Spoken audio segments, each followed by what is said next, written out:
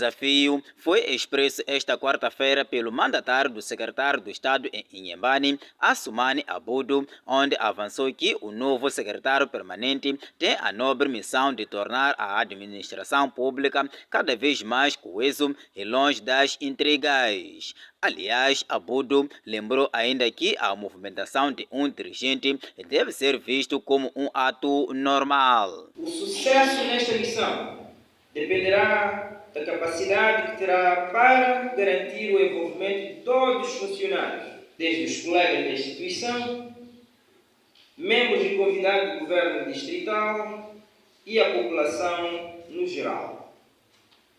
Pelo que deverá estar sempre disponível para ouvir a todos e com todos trabalhar em benefício do distrito de Vilanculo em particular e da província em geral.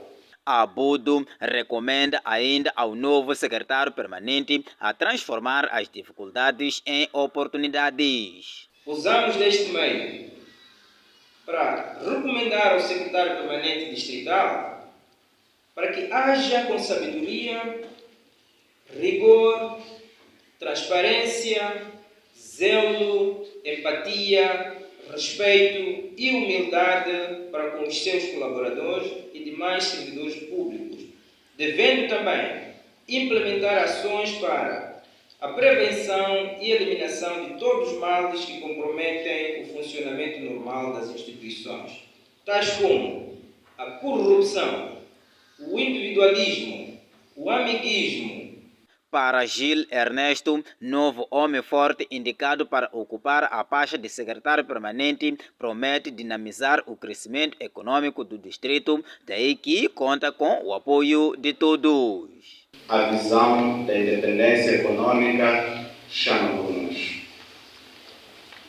Integramos o governo distrital, prontos para cumprir a vossa legislação, excelentíssimo senhor administrador do distrito. Gil Ernesto vem transferido do distrito da Machixe, onde exercia o mesmo cargo, e substitui ao mesmo Aikima Bernardo, que vai exercer as mesmas funções em Umuini. Refere-se que o distrito conta com um total de 2.320 funcionários públicos, sendo que 1.148 são homens. Os casos de suicídio a nível do distrito de Vilanculo estão a atingir níveis preocupantes, sobretudo na camada juvenil. A situação alarma tanto as autoridades locais, assim como a sociedade civil. No último sábado, registrou-se mais um caso de uma jovem de apenas 24 anos de idade que tirou a sua própria vida. O psicólogo Avelino Vilanculo fala de alguns fatores que influenciam diretamente na subida drástica de casos de suicídio, apontando a pressão social como a principal causa. Olhando para a faixa etária que é a juventude, né? Não podemos fugir da pressão social como um dos fatores. A pressão social tem sido um dos fatores atualmente devido às comparações. A sociedade atual tem, posso assim dizer, já definiu algumas metas ou algumas regras por se viver.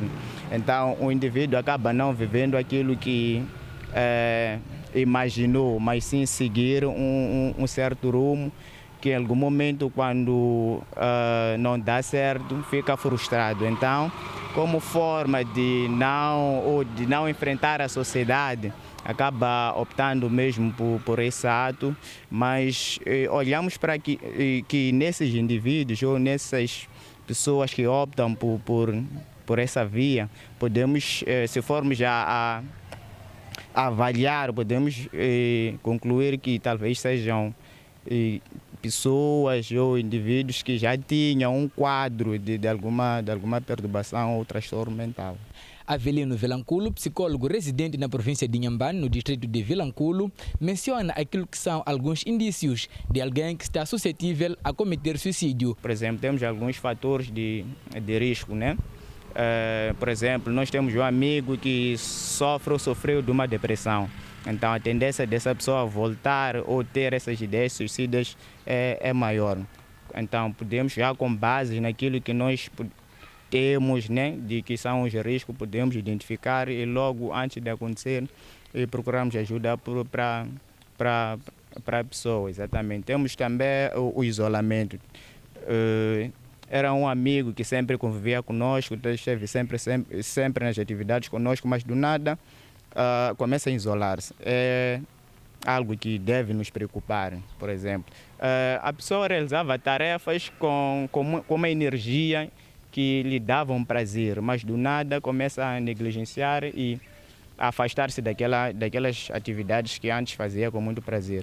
É algo também que deve nos chamar a atenção e aproximarmos a pessoa para podermos saber o que está a acontecer, o que está detrás daquilo, para podermos ajudar. A pessoa em algum momento pode até dizer que não, eu estou bem, mas nós já com um pouco de experiência podemos identificar aquilo e procuramos ajuda por ele. O psicólogo fala igualmente de possíveis causas de suicídios em adultos e idosos. Temos a desesperança, que é o fato de chegar a um certo nível que a idosa ou a mãe atinge e vê que na verdade não atingiu aquilo que eram as suas metas, né? Então logo fica frustrada. Então acaba não vendo motivos de continuar a viver devido às questões econômicas ou sociais, por exemplo, não tem uma base estruturada, por exemplo, vê os filhos já sofreram, não tem alimentação por dar, por exemplo, com essas calamidades, quando sofre daquilo, acaba vendo o suicídio como o único refúgio, a única via que tem para poder descansar e não ver o sofrimento dos filhos. Quando passa desses 3 estágios que eu acabei de deixar ficar, a desesperança, o desespero e o desamparo, a pessoa fica mesmo, porque muitas das vezes as pessoas que sofrem, que têm tendências de cometer suicídio não procuram ajuda. Então é obrigatório, é nosso dever estarmos atentos aos sinais que estão detrás de alguém quando pretende ou quando traz as ideias de cometer o suicídio. Né?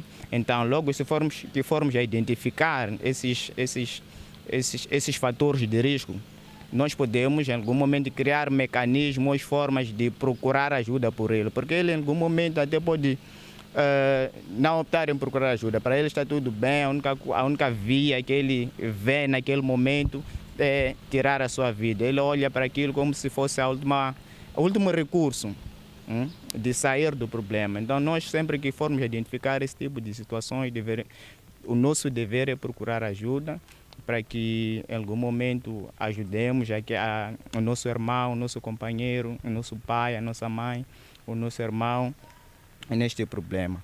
As autoridades locais, assim como a sociedade civil, têm levado a cabo palestras de sensibilização de jovens para que se distanciem deste ato.